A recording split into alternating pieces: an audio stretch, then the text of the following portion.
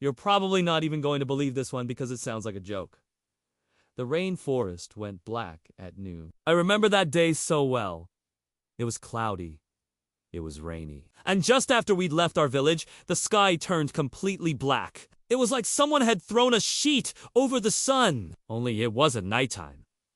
It was high noon. I was walking with my friend Kokicho along a logging road near our village. The trees were dripping with rain, and the ground was so wet that we had to jump over puddles to keep our feet dry. Just before we reached the river, the clouds suddenly grew dark and sinister. A strong wind blew through the trees, and then the sky above us became absolutely black, like ink spilled across the heavens. The change happened so fast that neither of us had time to take shelter under one of the giant trees. We just stood there staring up at the darkening sky, mouths agape, wondering what the hell was going on. For a moment, nothing happened. Then the wind began to pick up, swirling around us, shaking the trees, whipping our hair and clothes about us. Big fat raindrops began to fall, splattering on the muddy ground. But even as the deluge started, the sky didn't get any lighter. It was still as black as the inside of a coffin. And then the wind started screaming through the trees.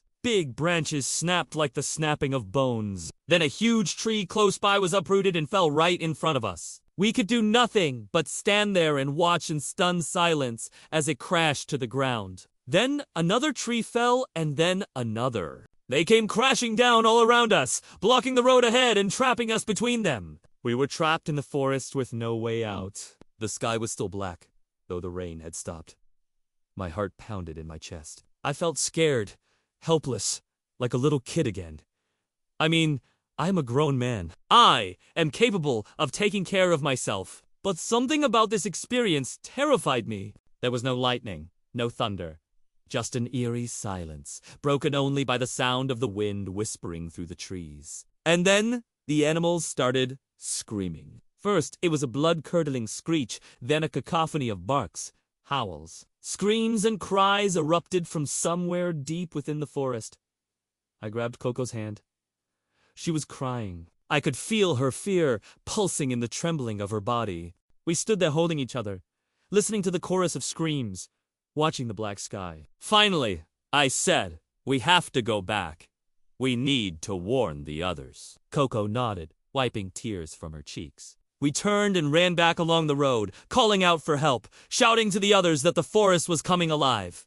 I don't think they believed us. Maybe they thought we were just scared. Or maybe they thought we were crazy. I mean, how could anyone believe that the sky would turn black at noon? But we kept on running, telling everyone to run, to hide, to take cover. When the sky turns black, you know the world is ending. I don't want to scare you. That's why I hesitated to share this story with you. I thought you wouldn't believe me, but I have to tell someone, and you were the only one who volunteered to listen. When I finally caught my breath, I saw something terrible. Some people had taken my warning seriously and had fled to the forest. It's hard to run away from something when you don't know what it is, when you don't understand what's happening. They'd gone into the trees, and the trees had come alive. Now the forest itself was hunting them. Branches crashed down, crushing those who stood beneath them. Huge vines snaked through the undergrowth, coiling around people's legs, pulling them down. The forest was protecting itself. I felt a searing pain in my chest. I wanted to help them, but there was nothing I could do.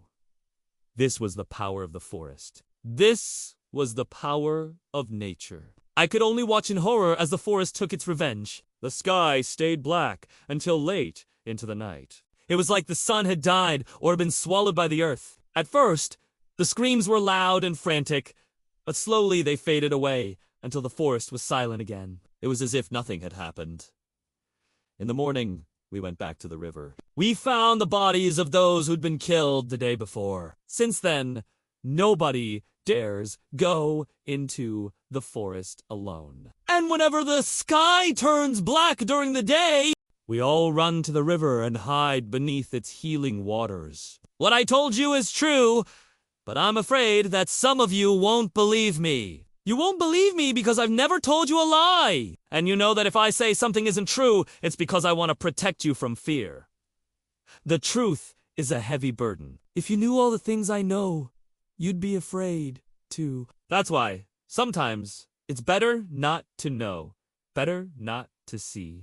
But when something happens to you directly, when your friends die right in front of your eyes, you can't pretend anymore. You have to acknowledge what you see, even if what you see is terrifying. I wish I hadn't seen what I saw that day, but I can't forget it. Every time I close my eyes, I see the sky turn black, hear the trees scream, feel the earth tremble beneath my feet. Some of you might be thinking that I'm making this up, that this story isn't true. If that's the case, I want to ask you something.